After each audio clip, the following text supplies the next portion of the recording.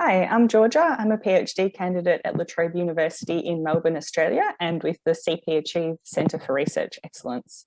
I'd like to thank the Journal of Developmental Medicine and Child Neurology for the opportunity to present our mixed methods systematic review titled Barriers and Facilitators of Physical Activity Participation for Young People and Adults with Childhood Onset Physical Disability, published in Developmental Medicine in January 2021. I'd also like to thank and acknowledge my co-authors on this paper and my PhD supervisors, Dr. Claire Willis and Professor Nora Shields. We know that young people with physical disabilities in childhood are typically less active than the general population as they age, and that being physically active is important for reducing the risk of developing chronic health conditions like heart disease and diabetes. Regular physical activity participation is not only beneficial for their physical health, though, it can also play an important role in maintaining positive mental health. For these reasons, there's increasing focus across the clinical, research and policy fields as to how to best improve physical activity participation for people with disabilities. Previous research has focused on investigating barriers and facilitators for child populations or adults with acquired physical disability like stroke or MS.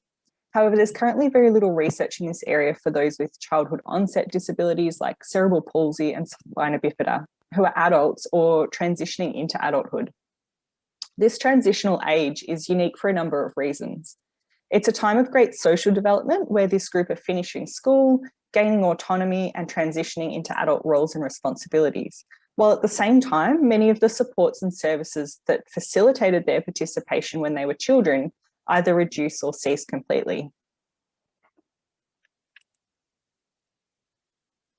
So the aim of this systematic review was to understand the attitudes, barriers and facilitators to physical activity participation for young people and adults with childhood onset physical disability. This study was a mixed methods review, qualitative or quantitative studies that included youth and adults, so 15 years or older, were included where the participants had a physical disability that was acquired either at birth or before the age of 15. For acquired disabilities like stroke, studies that didn't define the age of onset were excluded. The studies needed to have a primary aim of investigating attitudes, barriers or facilitators to physical activity, and they were excluded if they investigated other participation like ADLs, or if they investigated correlations between demographic variables or evaluations of interventions. 7 databases were searched to November 2019 using key terms related to physical activity, physical disability, and attitudes, barriers, or facilitators. So we found almost 4,000 articles and 143 full text articles were reviewed. So this resulted in 10 qualitative and 9 quantitative studies for inclusion.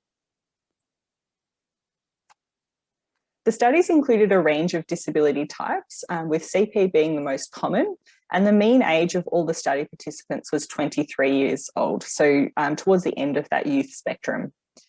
They recruited from a variety of settings, including elite sport, disability sport, rehab clinics, and the general community. And most of the studies included the youth or adult participants themselves. However, there were 2 studies that looked at only parent or caregiver perceptions.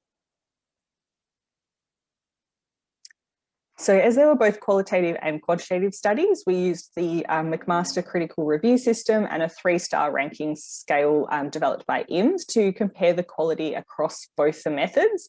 So 3 stars indicated evidence of meeting the quality criteria, 2 stars was some evidence, and 1 star was no evidence. So of the 19 studies, 5 achieved the maximum score of 3 stars across all criteria, and a further 11 studies scored a mixture of 2 or 3 star ratings on the criteria. So overall, the qualitative studies achieved higher scores.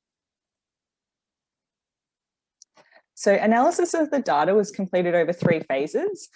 Firstly, we extracted all the attitudes, barriers and facilitators and inductively encoded them into themes.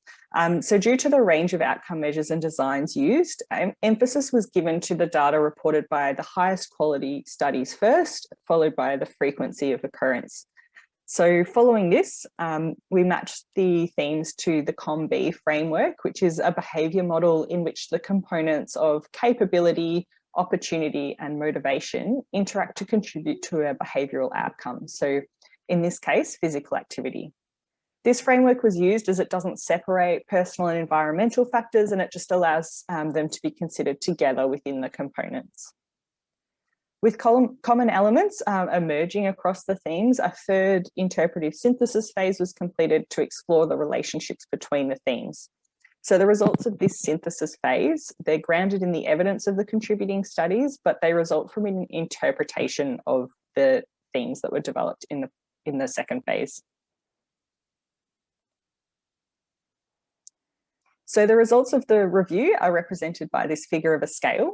Finding the right balance was really the key to achieving physical activity participation, as you can see within the base triangle.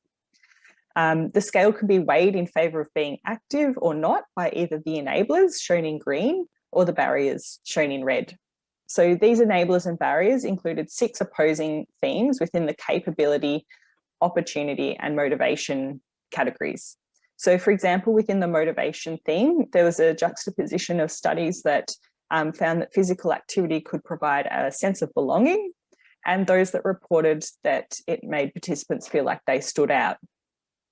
The interpretive synthesis found that social support, social connectedness, and the physical environment were really intertwined throughout all of the themes and were the 3 critical elements that were needed to achieve the right balance.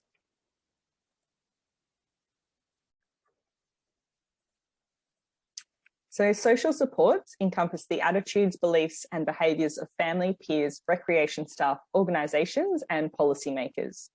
So these stakeholders played a really important role in influencing both capability and motivation to be active. They affected the participants' beliefs, their fears, their experience of physical activity, and their prioritisation of physical activity. Within this category, there was also the lack of funding and program availability, which limited opportunities to be active. And where programs were available, negative attitudes, low expectations, and a lack of disability knowledge from exercise staff and peers was frequently reported. Although family support was a really strong enabler for participation, it was not always enough to outweigh the social support barriers from the other key stakeholders. So social connectedness was the experience of social connectedness acted to magnify each aspect of the themes, and it related mainly to the social experiences with peers and recreation staff. So negative social interactions contributed to feeling self-conscious, and this became an insurmountable barrier to participation in spite of any other capability or opportunity facilitators being present. Conversely, positive social connections could be a really strong facilitator. So several studies reported that participants expressed doubts about their capability to be active, relating to their impairments or their fear of pain or injury. However, if positive social connections were experienced, the impacts of these concerns diminished and the scale could still be tipped in favour of being active. And the physical environment. So this related to equipment, transport, and recreation facilities. They were almost exclusively reported as barriers and limited opportunities to be active. There were concerns about equipment and facilities, which resulted in apprehension about being active in exercise settings and concerns about injury and capability. So the inappropriate physical environments also negatively impacted on a sense of belonging and motivation to attend when the equipment was inappropriate for the needs of the youth, or if they had difficulty accessing the facilities. So this review found that social support, social connectedness, and the physical environment are the main drivers of physical activity behaviour for youth and adults with physical disabilities, and ultimately determine if they can find the right balance to be active. These findings emphasise the important role that the lived environment plays in contributing to participation for this group.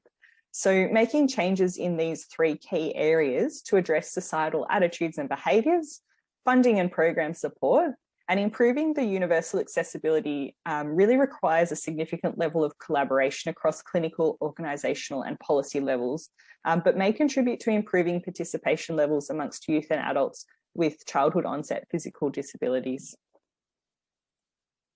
Thank you very much.